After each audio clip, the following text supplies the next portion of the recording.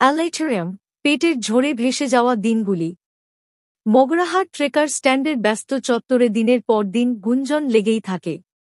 সবজি বাজারের হাঁকডাক, যাত্রীদের তাড়া, চায়ের দোকানের ধোঁয়া, সব মিলিয়ে যেন এক জীবন্ত মঞ্চ।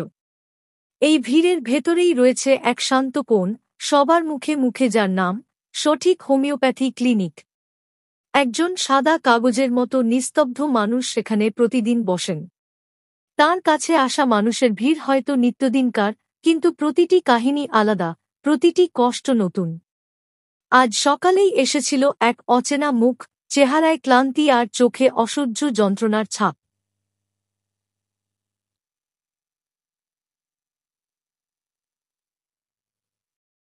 বারবার ভাঁজ হয়ে যাওয়া পেটের যন্ত্রণায় কাতর সেই মানুষটির গল্প যেন ঝড়ের মতো বয়ে যাচ্ছিল।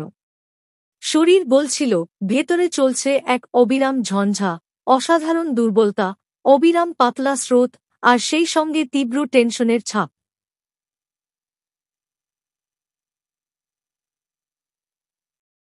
মাটিতে বসে এক হাতে পেট চেপে ধরা, অন্য হাতে কপাল। কেউ বলল, এই তো আর সাধারণ পেট খারাপ নয়। ক্লিনিকের শান্ত কক্ষে ডাক্তারবাবুর চোখে ভেসে উঠল স্পষ্ট চিত্র, অ্যালেটেরিয়াম। অ্যালেটেরিয়াম রোগীর প্রধান বৈশিষ্ট্যই হল পেট থেকে অনবরত বেরিয়ে আসা স্রোতের মতো তরল, যেন ভেতরের সমস্ত শক্তি ভেসে যাচ্ছে। সেই সঙ্গে ঠান্ডা ঘাম, ভীষণ ক্লান্তি, দুর্বলতার চাপে ভেঙে পড়া শরীর। অনেক সময় এতটাই দুর্বল হয়ে পড়ে যে দাঁড়িয়ে থাকা কঠিন হয়ে যায়।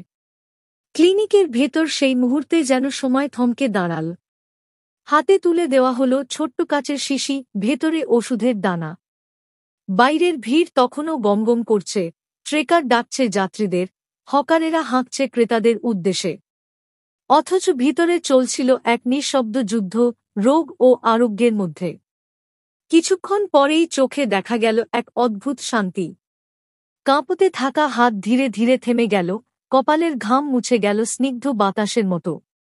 যন্ত্রণার ঝড় কিছুটা স্তিমিত হয়ে আসতেই চোখে ফুটল আসার আভাস। সঠিক হোমিওপ্যাথি ক্লিনিক এর সুনাম এখানেই। ডাক্তারবাবু শুধু ওষুধ দেন না, শোনেন প্রতিটি মানুষের ব্যথা, খুঁজে বের করেন সেই অদৃশ্য সূত্র যা রোগকে গেঁথে রেখেছে। সমাজের নানা প্রান্ত থেকে আসা মানুষ এখানে খুঁজে পায় এক অন্যরকম স্বস্তি।